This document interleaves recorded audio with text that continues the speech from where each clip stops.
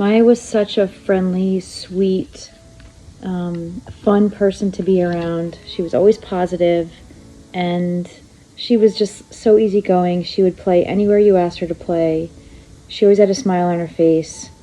And she always carried herself with this like poise or grace, which I think was remarkable for someone that was so young. When I coached, she was from ages 10 to 12, and I definitely remember that about her. I think she was probably someone, if I were her age, just so fun to be around, and I bet that she was a great friend, and I will never forget her.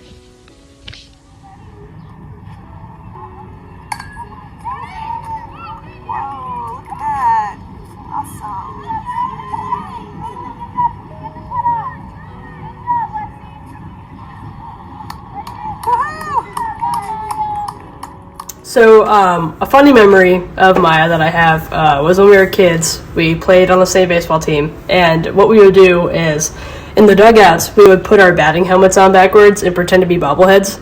And so we would actually try to go up to bat with our helmets on backwards, and our coach at the time was Coach Renee, and she'd always be like, turn your helmets around, and then the rest of the team would end up catching on, and so all of us would be in the dugout with our helmets on backwards, and it was a really good time.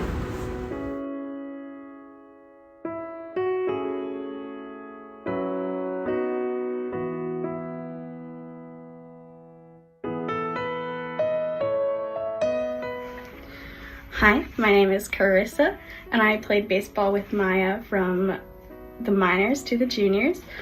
And when we were in the juniors, I remember we were on my parents' team, and we were both pitchers, and we would swap out. And I remember we used to get so nervous and stress ourselves out. And we ended up coming up with a little phrase, and we would tell each other to be loosey-goosey. And we would do a little dance and go loosey-goosey Carissa, loosey-goosey Maya, whenever we thought each other was getting nervous. And to this day, I still will think about it whenever I start getting anxious. I'll tell myself loosey-goosey, and I just picture the two of us dancing on the baseball field, not caring about what we looked like and just having fun. And, you know, I give Maya a lot of credit because she always knew how to make people feel better, and I really appreciated that, so thank you.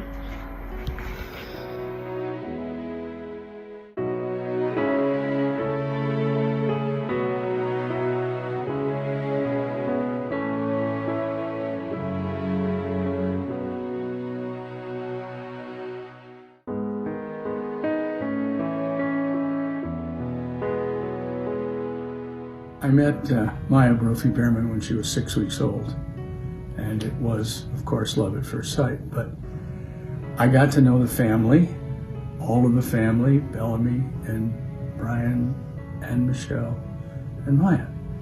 And I've been a baseball fan all my life. Bellamy loved baseball and bonded over that sort of. And one night, when Bellamy was in Little League, he asked if I could show him how to throw a changeup, because I was a pitcher when I was young. And I said, sure. And I started to talk about it, and then I said, oh, wait a minute, we're going to need a baseball. Maya said, there's one in Bellamy's glove. We took it out. I started showing him grips, and we're working on this, and all of a sudden I think, I'm being watched. And I looked over. Maya was paying such careful attention to whatever it was we were doing. And when we got done with a couple of different kinds of change-up grips, we went outside. Bellamy threw a few to get the feel for it. Maya watched that. And then we went to the game. Bellamy threw some pretty good change-ups. You can always tell because they were weak ground balls to the middle infielders. I want to believe that Maya threw a bunch of those and got a bunch of those ground balls.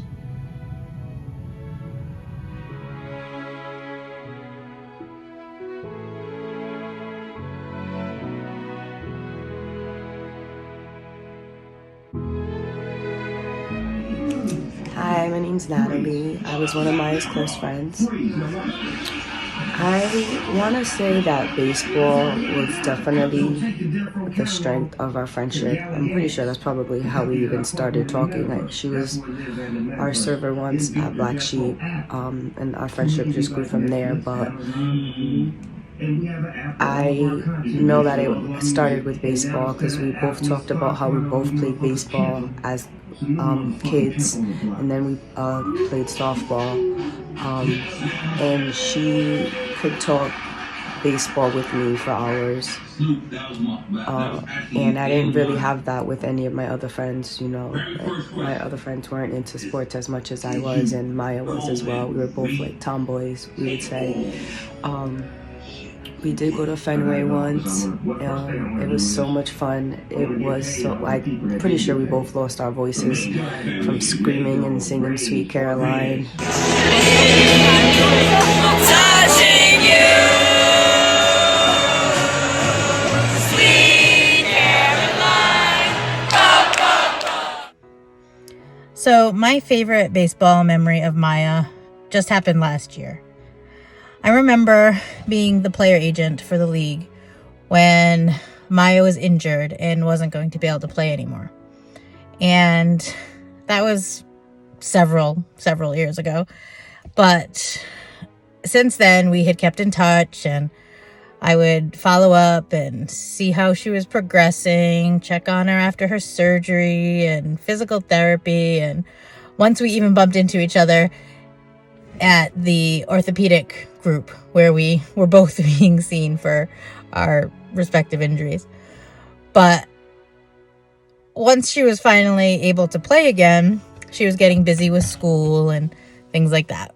So we continued to keep in touch and talked about everything baseball and family and everything. And finally, she was able to tell me that she was ready to come back, that she was hoping that she'd be ready for this season, the 2022 season, and had even started to buy equipment and to get herself in shape and to get ready to get back on the field. So unfortunately, she's not going to be playing with us this year, but she was so happy about it. And I feel good knowing that she was looking forward to that, and that baseball was something that meant that much to her, that through everything else she had been through, that she was determined to get back in the game. So my hope for this season is that all of the girls who are playing are going to have just as much fun doing it as Miya would have. Miss you, Miya.